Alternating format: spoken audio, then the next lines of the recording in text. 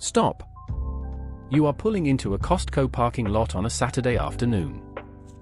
And you watch a brand new pickup truck back into the spot next to yours. Crew cab. Blacked out grille. Factory fresh paint. The kind of chrome that hurts your eyes a little in direct sunlight. A guy steps out. He is wearing the polo shirt with the embroidered logo from the regional vac company he works for. Lunchbox on the passenger seat. A kid-esque car seat in the back. He walks around to the bed, unlatches the tailgate, and loads in one case of bottled water and a giant bag of toilet paper. That is it. That is what the truck did today. And that truck cost more than his parents paid for their first house. Today, we are going to do something the auto industry desperately does not want us doing. We are going to figure out who can actually afford a $50,000 truck in 2026. Not who the dealer will approve. Who can actually afford it without quietly turning their entire financial life into a slow-motion car accident. Stick with me for 10 minutes. The math does not lie. $50,000 used to buy you a really nice truck. Today, $50,000 barely gets you a base model, with the door panels and the wheels included. The average transaction price for a new full-size pickup in 2026 is about $66,000. $66,000. When we say a $50,000 truck, we are not talking about the loaded one, with the chrome step bars, the heated steering wheel, the panoramic sunroof. We are talking about the stripped-down work truck version. A base Ford F-150 XLT, the most popular trim. MSRP around $48,500. A Chevy Silverado LT. Around $47,900. A Ram 1500 Bighorn. Roughly $47,500. The $50,000 truck is the responsible truck. The reasonable truck. The one where the guy at the dealership says, "This is the smart move." And it still costs $50,000.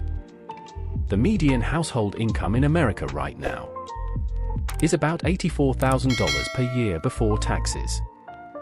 We are asking the average American household to spend roughly 60% of their entire pre-tax annual income on one vehicle. A vehicle that will be worth about half of what they paid for it within 5 years. The $50,000 truck is not the everyman's best truck anymore. It is the floor, the lowest rung on a ladder, where the average rung is $66,000. And the top rung, the Raptor you see on TikTok, is $113,000. Trucks have quietly become luxury items. Wearing a high-visibility vest. You buy a $50,000 truck. $0 down. 7% interest rate, roughly the current average. You stretch it over 84 months, 7 years. Your monthly payment, $754.85. Sounds reasonable? Under $800 a month. Here is the magic trick revealed. Over the life of that loan, you will pay $63,407 for a truck that cost $50,000. $13,407 in interest. You just paid the cost of a Honda Civic to the bank in exchange for the privilege of spreading the payments out. By the end of year one, your $50,000 truck is worth about $40,000. But your loan balance is still around $45,700. You are now $5,700 underwater on a truck you have technically only owned for 12 months. Now add the rest of the costs. Insurance on a new $50,000 truck, about $185 per month. Fuel, 15,000 miles per year at 4 per gallon, $275 per month. Maintenance and tires. $90 per month. Registration and taxes. $90 per month. Total. $1,400 per month. Every month. For 7 years. To own this thing. Meet the Garcia family. Both work. Combined income. $90,000 per year. Above the median. 2 kids. Carlos works for a logistics company. Maria is an elementary school teacher. Last year, Carlos bought the $50,000 truck. 84-month loan. 0 down. The salesman said, "You are approved. Payment. $755. Here is what their Tuesday looks like now. Carlos leaves for work at 6 a.m. He drives 38 miles each way. On the highway. Alone. The bed is empty. Maria takes the kids to school. In their 2014 Honda CR-V. With 140,000 miles and a check engine light. After taxes, the Garcias take home about $5,600 per month. Rent. $1,850. Child care. $1,200. Groceries. $800. Utilities.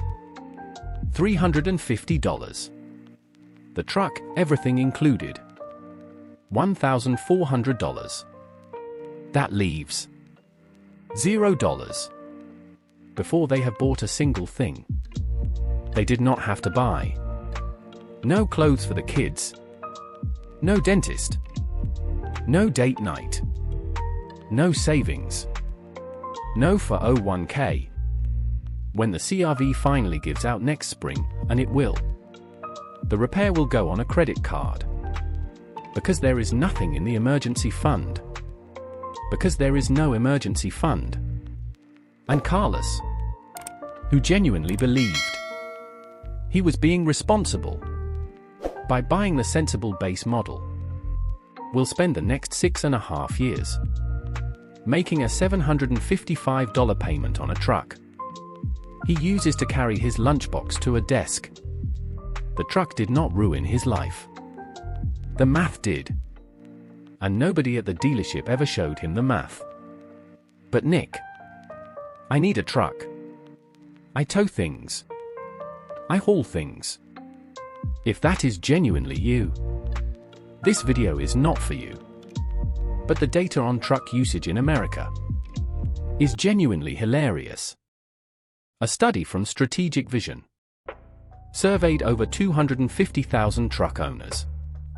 Here is what they found. 75% of truck owners tow once a year or less. Almost 70% go off-road once a year or less. 35% of truck owners put something in the bed once a year or less. Roughly 90% never use their truck for any kind of work. The average modern pickup truck is a tall, expensive, gas-thirsty grocery getter. Statistically speaking, it is a Costco vehicle. We are paying $66,000 on average for vehicles that for most of their lives are hauling 2 bags of mulch from Home Depot once a year and being parked outside an office building. Because trucks have stopped being trucks. They have become identity. They are the 4-wheeled performance of the kind of person you want other people to think you are. Capable. Rugged. American. Even if your actual life mostly involves a desk, a commute, and a strong opinion about which gas station has the best coffee. The problem is that identity costs $1,400 per month. And if you cannot actually afford that identity, the truck stops being an identity and starts being a problem. Instead of buying the $50,000 truck, you buy a $20,000 used car. A 5-year-old Toyota Camry. Boring. Reliable.